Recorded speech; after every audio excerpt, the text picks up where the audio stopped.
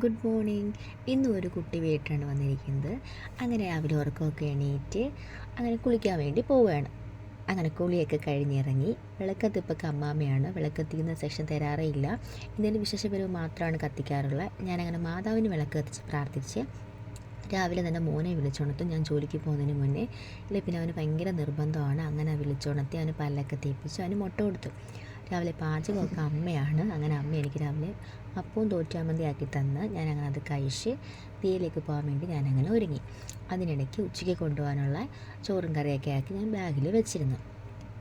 അങ്ങനെ ഒരുങ്ങി വീട്ടിൽ നിന്ന് ഇറങ്ങി കുറച്ചങ്ങോട്ട് നടക്കണം ബസ് സ്റ്റോപ്പിലോട്ട്. രാവിലെ തന്നെ നല്ല വെയിലായിരുന്നു. അങ്ങനെ ബസ് സ്റ്റോപ്പിൽ ഞാൻ അഷ്ടമുടിക്കാരുടെ സ്വന്തം സ്റ്റേഷന ബസ്സിനകത്ത് നിന്ന് അങ്ങനെ അതാ വരുന്നു ബസ്. ബസ്സിൽ കയറി ഇരിക്കാൻ സ്ഥലം കിട്ടി. ദിയയിൽ ചെന്നിറങ്ങി ജോലിയൊക്കെ ചെയ്ത് വൈകുന്നേരം പിന്നെ ദിയയിൽ നിന്ന് ഇറങ്ങി.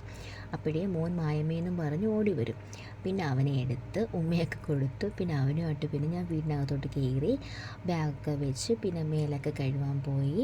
മേല് കഴുകി ഇറങ്ങി വന്ന് ആഹാരം കഴിച്ച് മോനും വാരി കൊടുത്ത് പിന്നെ അടുക്കള രാത്രി പാത്രം കഴുകൽ തൂപ്പൊക്കെ എൻ്റെ ജോലിയാണ്. അതെല്ലാം ചെയ്ത് ഞാനും മോനും കിടന്ന് ഉറങ്ങി.